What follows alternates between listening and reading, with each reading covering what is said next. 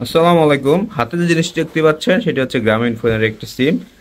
নতুন একটি ভিডিওতে আপনাদেরকে সকলকে স্বাগতম এবং অভিনন্দন জানাই। আজকে আমরা যে ভিডিওতে উঠতে চলেছি এটা একটি ছোটোখাটো ভিডিও, বাট আপনাদের কাছে অনেকের কাছে হেল্পফুল মনে হতে পারে যারা গ্রামীণ ফোন সিম ইউজ করেন।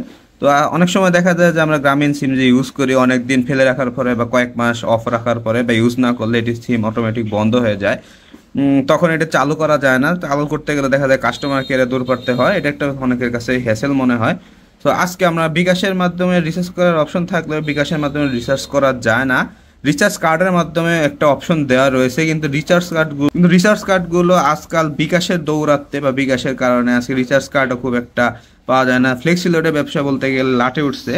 সো রিচার্জ কার্ড যে দোকানে পাওয়া যায় সেই দোকান তো মনে করেন দেখা যায় সোনার হরিণ।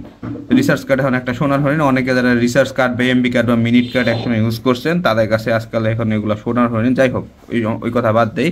আচ্ছা, তো সো আমরা আজকে দেখবো রিচার্জ কার্ডের মাধ্যমে কিভাবে আপনার এই সিমটি কি আনলক করতে পারবেন বাসায় বসেই। আপনাকে কাস্টমার কেয়ারে যেতে হবে না।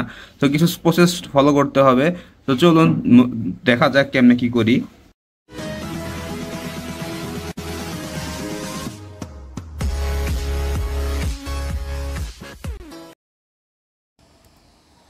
তো সর্বপ্রথম আমরা চেক করে নেব মোবাইলের ডায়ালিংয়ে যে *566# এটা ডায়াল করে দেখব যে আমাদের সিমের স্ট্যাটাসটি বর্তমানে কি অবস্থায় রয়েছে, সেটি লক অবস্থায় না আনলক অবস্থায়। যে আমি *566 ডায়াল করলাম।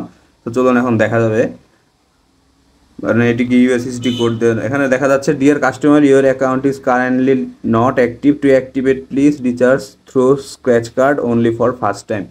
মানে যদি আপনি প্রথম প্রথম আনলক করতে চান রিচার্জ কার্ড দিয়ে করতে হবে।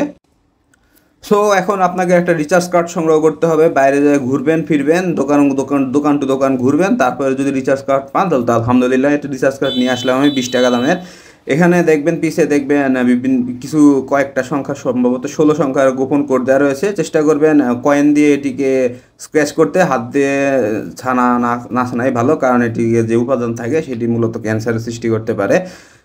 কয়েন দিয়ে ঘষে নেবেন, তারপরে আস্তে করে সাবধানে চেষ্টা করবেন যে কি নাম্বারগুলো রিট্রাইভ করার। এখানে সম্ভবত 16 সংখ্যার নাম্বার দেওয়া রয়েছে। এখন এটা আপনার মোবাইলে ডায়ালার করে যে ডায়াল করতে হবে। চলুন আমরা এখন মোবাইলের ডায়ালারে চলে গেলাম। এখন আমরা *555# দিয়ে গোপন 16 সংখ্যার নাম্বার দিয়ে হ্যাশ দিয়ে ডায়াল করলেই আশা করি আপনার সিম আনলক হয়ে যাবে। তো চলুন দেখা যাক।